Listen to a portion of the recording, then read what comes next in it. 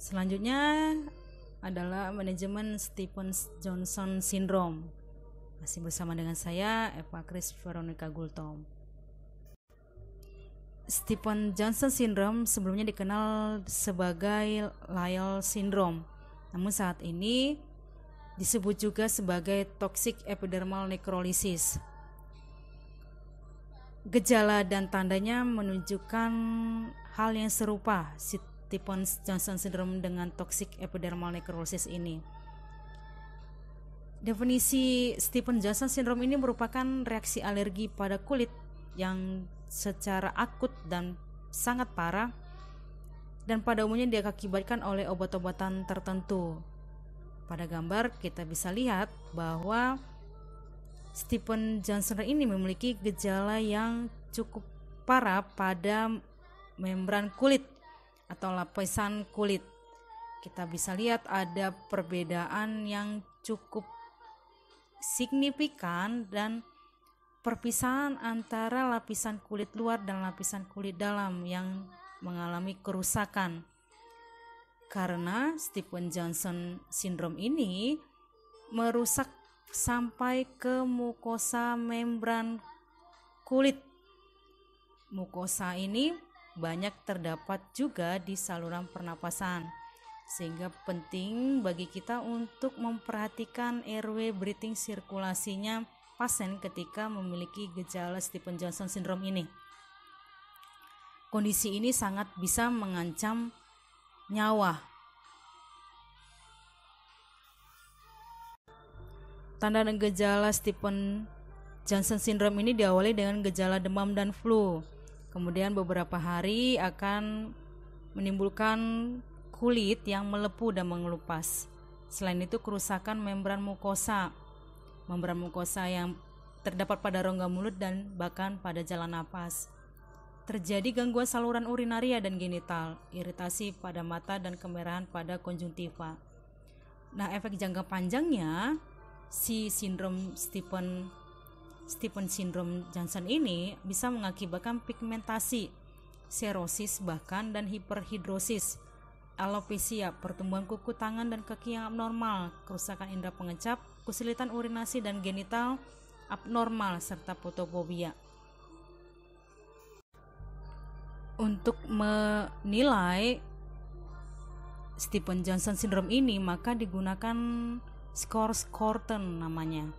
Nah, Scores-Corton ini menunjukkan prognosis Stevens-Johnson syndrome ini seperti apa dan tingkat kematiannya seberapa persen. Ada beberapa item yang diukur pada Scores-Corton ini, yakni usia, apakah dia lebih dari 40 tahun, jika ya maka akan diberi nilai 1. Kemudian dikaji heart rate-nya, apakah lebih dari 120 kali per menit, jika ya maka akan diberi nilai 1. Kemudian dilihat apakah ada terjadi keganasan pada bagian hematologinya atau bahkan sampai ke arah cancer, jika ya maka akan diberi nilai 1. Kemudian dilihat nih kondisi si Stevens-Johnson syndrome ini, kondisi kulitnya, kondisi kerusakan mukosanya mencapai lebih dari 10% dari permukaan tubuh, jika ya maka diberi nilai 1. Kemudian dilihat hasil laboratorium darah untuk melihat nilai urea. Jika nilainya lebih dari 10 mmol per liter maka akan diberi nilai 1. Kemudian dilihat lagi bikarbonatnya, jika kurang dari 20 maka diberi nilai 1. Serum glukosnya seperti itu juga, jika lebih dari 14 mmol per liter maka akan diberi nilai 1. Nah, jika semua poin ditambahkan maka ada rentangnya. Jika skor 0 sampai 1 maka kemungkinan angka kematiannya sekitar 3,2%. Namun jika dia mencapai 3 skornya maka kemungkinannya adalah 35,8%. Nah, yang lebih parahnya adalah ketika skor mencapai nilai lebih dari 5, maka kemungkinan besar tingkat kematiannya adalah 90%.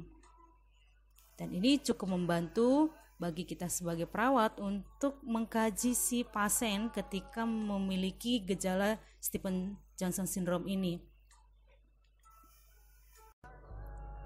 Sebagian besar Stevens-Johnson syndrome ini diakibatkan oleh reaksi alergi pada obat-obatan, yakni sekitar 80% penyebabnya adalah obat-obatan.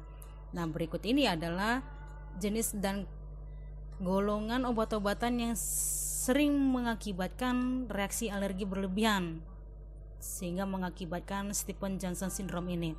Yang pertama adalah golongan antikonvulsan. Ada namanya imatrigin, carbamazepine, phenytoin, phenobarbital. Kemudian ada allopurinol juga. Kemudian sulfonamid, antibiotik seperti penisilin, cephalosporin, quinolones, dan minoxidil. Paracetamol, acetaminophen, kemudian NSAID juga. Dan zat-zat kontras yang dapat kita temui pada beberapa pemeriksaan diagnostik. Nah, untuk itu sebagai seorang perawat kita memang perlu mengkaji riwayat alergi pasien ketika dirawat atau ketika kita hendak memulai untuk terapi kolaborasi pemberian obat-obatan. Reaksi alergi atau riwayat alergi perlu kita kaji sehingga kita tahu, kita waspada dan diberi tanda tertentu, dan kemungkinan terjadinya reaksi alergi dan Stevens-Johnson ini akan terhindari.